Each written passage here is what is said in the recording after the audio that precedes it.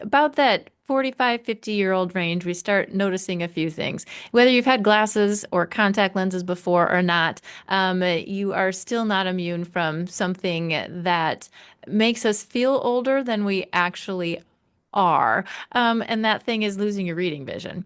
And progressively from those mid 40s on into our 60s and 70s, honestly, our reading vision just gets slowly and slowly worse and worse and worse.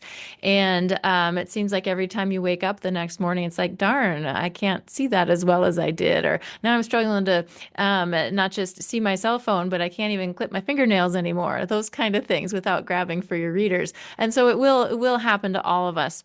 And what's unique about like, hey, how can I help minimize my glasses, my readers, and not, and really, and you don't need to worry about cataracts. An interesting vision correction procedure in that range before we've developed cataracts is called refractive lens exchange. And refractive lens exchange truly is, I mean, it states what it is. We're doing it for vision correction or refractive purposes.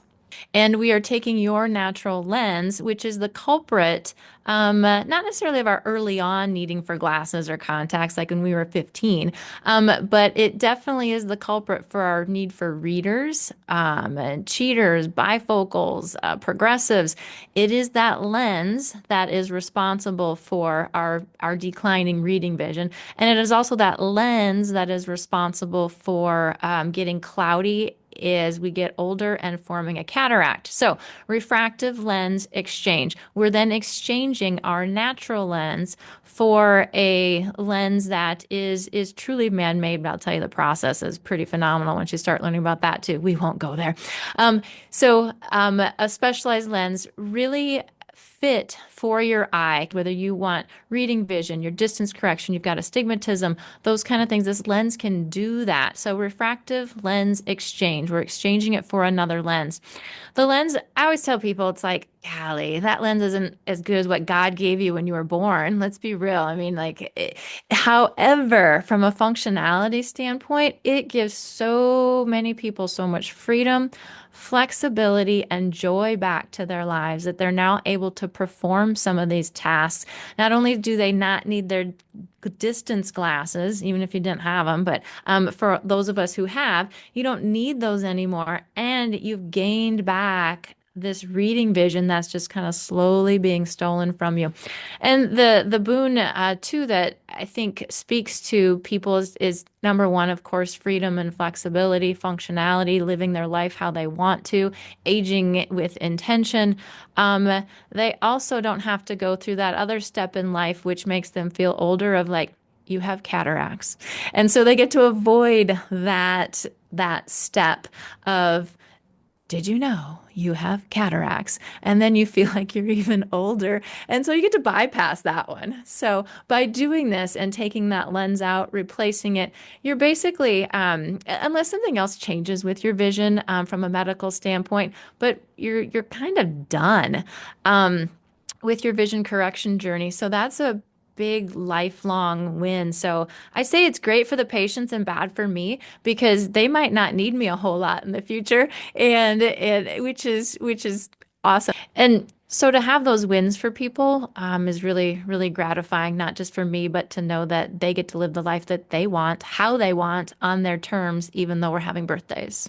When people hit needing reading glasses, it definitely changes the game for a lot of people because now it's not just that distance. It's like, oh, now I have to have glasses and I'm futzing with these, let alone the year or bi-yearly change of the cost of contacts and glasses. So when you start thinking of it as an investment standpoint, like doing an RLE, one of my other mantras is like, what else can you invest in that you don't ever have to do again? That you get to use every single waking moment of the rest of your life. And whether you're 55 when you do that or 75, still having a few years of that return on that investment for you from not just a lifestyle standpoint, but from a financial standpoint is like, think about that. It's very freeing. And we know that other dependence items, such as glasses, contacts, they aren't inexpensive either when you put that cost over every year to year to year to year. And then you get the freedom as well. Going to buy a new pickup truck or a new tractor or something. Well, in how many years are you going to buy another one? Yes, it's going to last you a long time. Yet you still don't use it every day. It's important for what you do, but so are your eyes, and you get to use them every day, and you get to have it for the rest of your life. So it's really comes to what we value, and where we all value something different. And I'm not saying that this is the stroke for all folks, but it is definitely something that is important to think about. That goal of I choose to want to not have to worry about these anymore because Yeah. how I want to live my life, I'm hunting or I'm boating or I'm running with the grandkids outside and it's windy out, like whatever it is, or Mhm. I profusely sweat and my glasses always fog up or whatever it might Mhm. be. Like Yep. those are lifestyle things where these glasses and contacts can be Yep. a burden. And then, I mean, once these every person values something different. Yet when you're and I hedge to, you know, finances are important. So I understand that. I value something different than Fred, Joe, or Sally. Yet when you put it in perspective of, hey, I do think I want this, but I'm going to wait until I develop cataracts, and then at least insurance will cover part of it. Well, they will cover part of it, but you still have an elective out-of-pocket cost. And when you look at I think the time lost, the freedom lost of like, hey, is that 10 years? Is that 5 years? Is that 15 years that you're still going to be sitting here potentially struggling and not liking your glasses while you wait for something else to happen when you could have just had it done? Um, uh, like at the end of the day, you might be talking about a difference of $3,000 to $5,000 between having it done now and waiting 15 plus years. Like, really, just enjoy it. I mean, you like just do it now, enjoy it, have it done, be over. The cost proposition kind of goes out the window. One of the interesting things I think are, you hear a lot about people like, oh, I'm fine with my glasses. I've worn my glasses since I was, 10 years old. I can't imagine myself being without them. And my thought is until you actually don't have to wear them. And there's so no, it's not the decision maybe for Frank or Mary, but think about it until you actually have the freedom to not have to wear glasses and not have to worrying about every 2 years I'm going to purchase new glasses and they're going to change and the frames are going to change and like until you don't have to worry about it anymore, you wouldn't know what a freedom it was. Imagine a crutch like until you don't have to worry about that crutch or that, what do I want to say? Like imagine you had a walker that you had to use like your whole life, and all of a sudden you didn't have to use it anymore, but you're used to it. It's cute. People know you by it. They kind of recognize you when they see it. And it helps hide the fact that you don't like your legs. Like I'm just using that for glasses because you're like, oh, I like that it hides my bags, right? Um, until you don't have to have it, like, wow, what a freedom that now I don't have to worry about this. I can open my eyes and see in the morning. I don't have to go grab from my glasses. I can quick look at my phone. I can jump on my computer, and I don't have to have those glasses. And I tell people if you want to go out and you love your fashionable glasses, well, fine. They can still have glasses without prescription in them and just have fake glasses. But I find those people, I've had a few of them, they just looked great in their glasses and they're like, don't miss these. Like Yeah. it they start to see it differently. But this is one of those things that like, do I have to age the way that everyone else says that I have to age? And my firm belief is no. I mean, I'm a firm believer in trying to be your best self. Whether that's emotionally, psychologically, professionally, like try to be your best self. And for for me and for what I do, this is part of those things that people will also do this because they want to try to be their best self. It's not that they don't want to be old, it's that they want to live. So we can't change the fact that we're having birthdays, and I'd say you don't want to, right? There's so much life to live and go through and see and learn and be challenged by, for better, for worse. But we always know that makes us better. Yet some of the things that we can't get over, like our reading vision is going to change. Like you have enough birthdays, your reading vision is going to change. You cannot make that not happen. It's going to happen.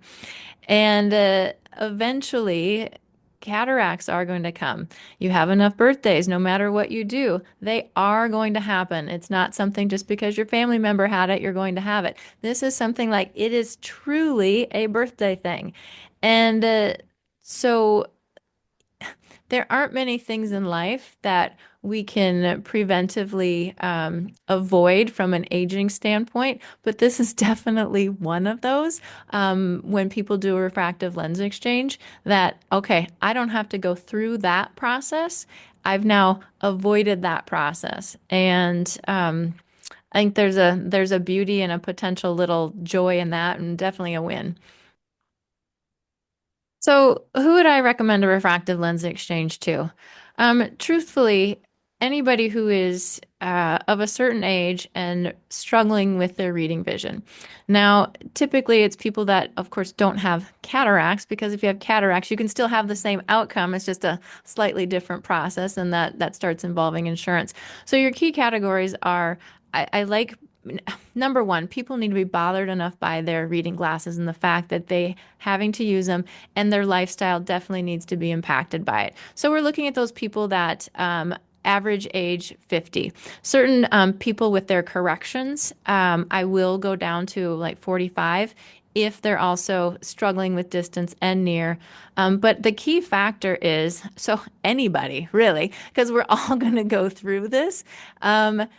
But you have to, I tell people that the annoyance level has to be high enough, simply because if it's not, you might think that I didn't give you this gift, or this process wasn't a gift giving process. You're giving a gift to yourself. I mean, truthfully, right? However, I want you to think that this was like we won together, not that you had something taken back from you. So you need to be bothered enough in order for you to see it as like this was life changing, and to really appreciate and love the gift that it is. Listening. So, in general, your perfect candidate for a refractive lens exchange is somebody who's probably in their 50s, really dependent on their reading glasses for most of their near and intermediate function, highly annoyed by the fact that they're having to wear them. Whether they love to sit and knit or they love to be out hunting, that one doesn't matter. It doesn't matter. It's still the freedom of that, and who really wants to age with intention. You know, So if this sounds like, you might be fitting in this category, or you have somebody else who might be fitting in this category, that you know about, what do you do? Um, Pretty easy. We're non intimidating, at least I think. Pretty non-intimidating. But the hardest step is actually just making the appointment to come in. I say once we get over that hurdle, then it's all about education and trying to see if this is something that truly fits your needs and your desires at this moment in time. And my goal is not to talk you into anything, it's to try to talk you through it, and for us to decide based upon your anatomy, physical characteristics, eye health, those kind of things. Does this fit what you're searching for your life? So, hardest step is just to either call or click a button online and schedule an appointment with us. And typically, once you get here, we'll go through. will look at you as a total being. However, your age will kind of give you away on where we're headed. So from a refractive surgery journey, put you through a few easy tests. I always say that you'll take some pictures, but you don't have to smile for them. We typically do dilate the eyes because I really want a good look personally at what's going on the front surface of your eye and the back of your eye, assessing health, looking for any early signs of things like macular degeneration, glaucoma. Actually, I think the number one thing that we usually find is dry eye disease. So a lot of people with undiagnosed or ones that know that just haven't treated it right for their dry eye. So that's probably the number one thing that we talk about in association.